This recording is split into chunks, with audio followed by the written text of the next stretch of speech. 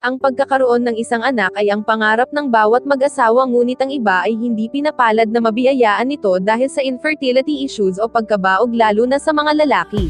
Ang mga sanhi ng pagkabaog ng lalaki ay nag-uugat sa hindi pagkakaroon ng malusog na sperm na importante sa fertilization process para makabuo ng isang baby. Ayon sa isang pag-aaral, ang infertility o ang hindi pagkakaroon ng anak ay umaapekto sa 15% ng mga magkarelasyon sa buong mundo. Ang porsyentong ito ay aabot sa bilang na 48.5 million couples, na kung saan kalahati sa mga kaso na ito ay sanhi ng pagkabaog ng lalaki o male infertility. Ang kondisyon na ito na pinagdadaanan ng ibang mga lalaki ay itinuturing na isang significant health problem sa buong mundo na naging daan upang gumawa ng mga treatment at products of technology para masolusyonan ito. Pero ano nga ba ang sanhi ng pagkabaog ng isang lalaki? Ang pagkabaog ng mga lalaki ay sinasabing nagsisimula sa iba't ibang dahilan. Maaring ito ay dahil sa kanyang health condition, environmental background o di kaya naman ay sa kanyang family history. Pero may isang pagkakatulad ang mga dahilan na ito, lahat sila ay umaapekto sa pagpoproduce ng lalaki ng malusog na sperm na kailangan upang mabuntis ang isang babae. Narito ang 5 sanhi ng pagkabaog ng lalaki at ang mga maaring pinag-ugatan nito. 1. Low sperm production.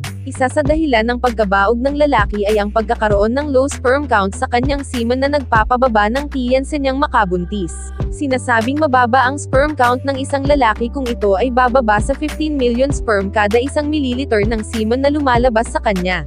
Ilan naman sa itinuturong dahilan kung bakit bumababa ang sperm count ng isang lalaki ay ang sumusunod: pre-existing genetic condition, mga bisyo gaya ng pag-inom ng alak, sigarilyo at droga, malalang mumps infection matapos ang puberty, hernia repairs, hormone disorder, exposure sa mga nakakalason na kemikal, exposure sa radiation, blockage dahil sa infection, pagsusuot ng masikip na underwear, injury sa groin area.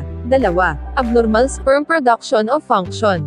Upang makabuntis ang isang lalaki ay dapat may normal na sperm production o function ito. Dahil kung hindi, ang sperm ay hindi makakarating sa kanyang dapat puntahan upang tagpuin ang egg cell ng isang babae para masimulan ang fertilization process. Ang sperm ng isang lalaki ay masasabing abnormal sa 2 dahilan. Una ay dahil maiksi ang lifespan nito at pangalawa dahil mahina ang mobility o movement nito. Ang mga itinuturong dahilan naman na nakakaapekto sa quality at abnormality ng sperm production at function ng isang lalaki ay ang sumusunod: pamamaga ng bayag o testicles, underdeveloped na testicles, genetic defects, health problems gaya ng diabetes, infections gaya ng chlamydia, gonorrhea, mumps o HIV. 3. Problema sa ejaculation.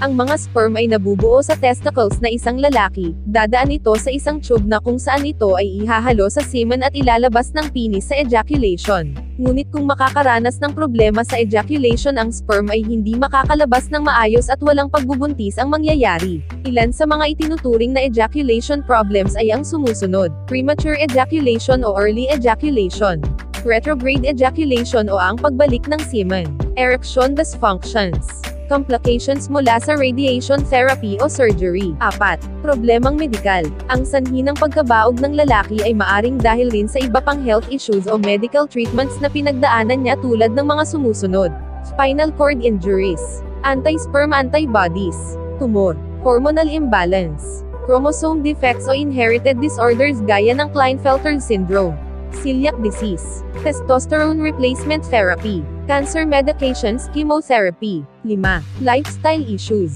Ang uri ng lifestyle ng lalaki ay isang dahilan rin ng male infertility. Maliban sa pag-inom ng alak, paninigarilyo, paggamit ng illegal na droga, ang emotional stress, depression at obesity ay contributing factors din sa pagpoproduce ng healthy sperm ng isang lalaki. Sintomas ng pagkabaog ng lalaki.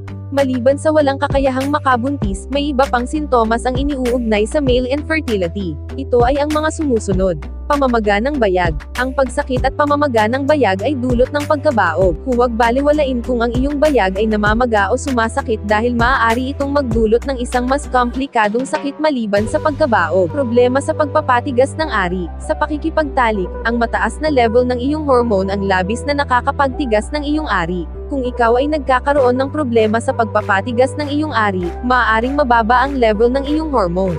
Ito ay tinatawag ng erectile dysfunction na madalas ay sintomas ng baog na lalaki. Isyu sa paglalabas ng tamod. Kung nahihirapan kang labasan kahit na ilang oras ka nang nakikipagtalik o nagmamasturbate, isa itong sintomas na ikaw ay nakakaranas ng pagkabaog. Habang maaga pa, ikonsulta ka agad ito sa iyong doktor upang masuri at malaman ang iyong kalagayan. Maliliit na bayag. Ang tamod ay matatagpuan sa bayag kaya naman kailangang ito ay palaging malusog at malinis. Kung napapansin mong labis ang pagkaliit ng iyong bayag, maari itong sintomas ng pagkabaog dahil hindi kaya ng iyong katawan na maglabas ng sapat na tamod upang makabuntis ng isang babae. Kaunting tamod na inilalabas. Subukan mong mag-masturbate at tingnan kung gaano karami ang tamod na iyong inilalabas. May mga lalaking halos talsak na lamang ang inilalabas na tamod dahil sa kanilang pagkabaog. Kung sa tingin mo ay masyadong kaunti ang iyong inilalabas na tamod, ikonsulta ka agad sa iyong doktor. Walang pang-amoy. Isa din sa mga sintomas ng pagkabaog ay kawalan ng kakayahan upang umamoy. Kung ikaw ay nakakaranas ng ganitong kalagayan, maaaring wala ka ring kakayahan upang makabuo ng bata. Pagkakaroon ng gynecomastia. Hindi normal sa mga lalaki ang pagkakaroon ng malalaking suso. Kaya naman kung sa tingin mo ang iyong mga utong ay masyadong malaki para sa isang normal na lalaki, maaaring ikaw ay nakakaranas ng gynecomastia. Ang gynecomastia ay isang dahilan ng pagkabaog ng isang lalaki kaya naman hanggat maaga pa ay magpakonsulta ka na, hindi pagtubo ng balahibo sa mukha at katawan. Isa sa mga paraan kung paano malalaman kung baog ang isang lalaki ay ang pagsusuri sa mga balahibo sa katawan. Normal na sa mga lalaki ang tubuan ng mga balahibo sa mukha subalit kung napapansin mong halos hindi ka tinutubuan ng balahibo, maaaring dulot ito ng abnormal na level ng hormones sa iyong katawan. Ang mababang level ng hormone ay isa sa mga dahilan ng pagkabaog ng isang lalaki. Impeksyon sa ari. Ang pagkakaroon ng mga komplikasyon sa iyong ari ay maaaring sanhi ng iyong pagkabaog. Mahalagang malusog ang iyong ari upang makabuo ng bata at makapaglabas ng sapat na tamod na makakabuntis sa babae. Kaya naman kung sa tingin mo ay hindi na normal ang kalusugan ng iyong ari ay magpakonsulta ka agad sa doktor. Para naman malaman kung baog nga ang isang lalaki ay dadaan siya sa mga test na ito upang makumpirma ang sitwasyon niya. Semen analysis para malaman ang quality at number ng sperm. Blood test para ma-check kung ang lalaki ay may infection o hormonal problems. Pagkuha ng fluid sa penis para ma-check kung may infection ito. Physical examination sa penis, scrotum at prostate. Samantala, may mga paraan naman na maaring gawin para magamot ang male infertility. Narito ang mga sumusunod. Pag-inom ng mga gamot o supplement para madagdagan ang sperm production. Pag-inom ng antibiotics para magamot ang infection. Pagtitake ng hormones para maayos ang hormonal imbalance. Iwasang maligo ng matagal sa hot showers, hot tubs o sauna. Iwasang magsuot ng maluluwag na underwear. Pagkakaroon ng healthy lifestyle at pagtigil sa mga bisyo gaya ng paninigarilyo, pag-inom ng alak at paggamit ng illegal na droga. May mga options din ang mga magkarelasyon na maaring subukang gawin para masolusyonan ang pagkabaog ng lalaki at magkaanak. Narito ang mga sumusunod. Artificial insemination o ang procedure na maaring gawin kung mababa ang sperm count ng isang lalaki.